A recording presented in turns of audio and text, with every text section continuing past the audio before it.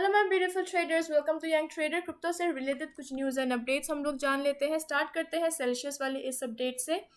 यहाँ पे बताया गया है कि सेल्सियस ने अब तक अनगिनत एडवाइजर्स, लॉयर्स और कंसल्टिंग फर्म्स हायर किए हैं just to protect itself from being bankrupt. Literally अभी सेल्सियस बैंकक्रप्ट होने के हालत में है, इसलिए वो खुद को बचाने के लिए इतनी सारी तरकीबें वो लगा रहा है वो। और सेल्सियस के जो सीईओ हैं और जो हायर रैंक के जो ऑफिसर्स हैं वो भी अभी सोशल मीडिया पे ज़्यादा एक्टिव नहीं है। लिटरली अभी सेल्सियस एक साइलेंट मोड पे चला गया है। वो अपने बारे में लोगों को बता नहीं रहा है ज़्यादा, सोशल मीडिया के ज़रिए वो अपने बारे में बता नहीं रहा है। Presently it's in a silent mode. Okay, अब आते हैं हम अपनी सेकेंड अपडेट पे।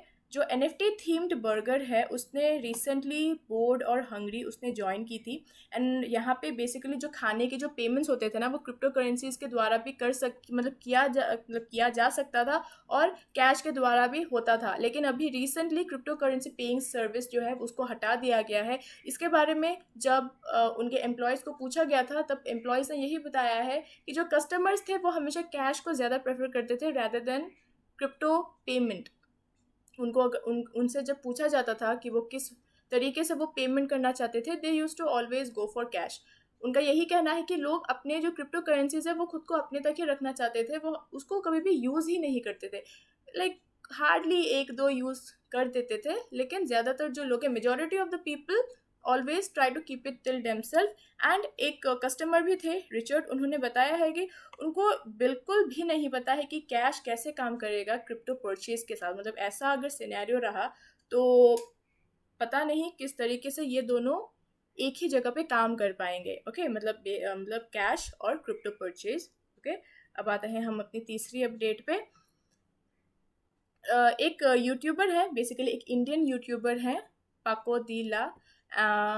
उन्होंने पिछले साल अपनी वर्ल्ड टूर उन्होंने चालू कर दी थी। एंड उस वर्ल्ड टूर के ज़रिए वो यही जानना चाहते थे कि क्या बिटकॉइन उनको सरवाइव करने में मदद कर सकता है। मतलब बिटकॉइन को अगर वो पेमेंट के ज़रिए अगर पेमेंट की तरह अगर उसको वो इस्तेमाल करेगा तो क्या वो सरवाइव कर सकते हैं। एंड अब तक वो 8 से भी ज़्यादा कंट्रीज़ वो विज़िट कर चुके हैं and he is surviving well and good.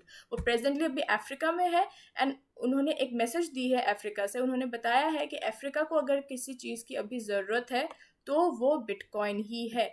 जो अलग अलग करेंसीज़ हैं वो फ़िलहाल एक डाउन ट्रेंड पे जा रहा है, जो कंट्रीज़ हैं वो भी डाउन ट्रेंड पे जा रही है। एंड अफ्रीका को अभी कोई बचा सकता है then that is only bitcoin. उन्होंने ये भी बताया है कि कोरोना वायरस और ओमनिक्रॉन के कारण उनकी जो जर्नी है वो थोड़ी लेट से स्टार्ट हुई है, but still he is very much excited about his journey.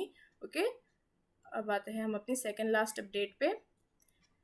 Second last update FTX से रिलेटेड है। FTX ने बेसिकली $250 मिलियन का क्रेडिट दिया था BlockFi को। एंड अभी इन दोनों प्लेटफॉर्म्स के बीच में बातचीत हो रही है, डिस्कशन हो रहा है ताकि BlockFi को ईजिली $250 मिलियन मतलब जो वो क्रेडिट है वो मिल सके।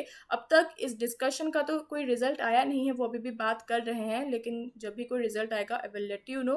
ओके, अब आते हैं हम अपनी लास्ट अपडेट पे।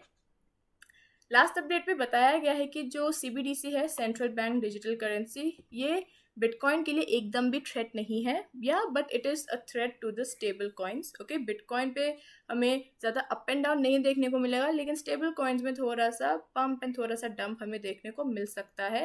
ओके, यहाँ पे ये भी बताया गया है कि जो US डॉलर है उसको उसका कोई कंपटीशन नहीं बनता है किसी भी प्राइवेट या फिर किसी डिसेंट्रलाइज क्रिप्टो करेंसीज के साथ। इसका कारण यही है कि जो डिसेंट्रलाइज डिजिटल एसेट्स के जो यूज़ केसेस होते हैं या फिर उसकी जो वैल्यू प्रपोजिशन होती है वो US डॉलर्स के कंपैरिजन पे बहुत ही ज़्यादा अलग होती है। मतलब जो ट्रांजैक्शंस होते हैं वो बहुत ही ज़्यादा अलग होती है, जिसके कारण कंपटीशन की कोई बात ही नहीं निकल के आती है।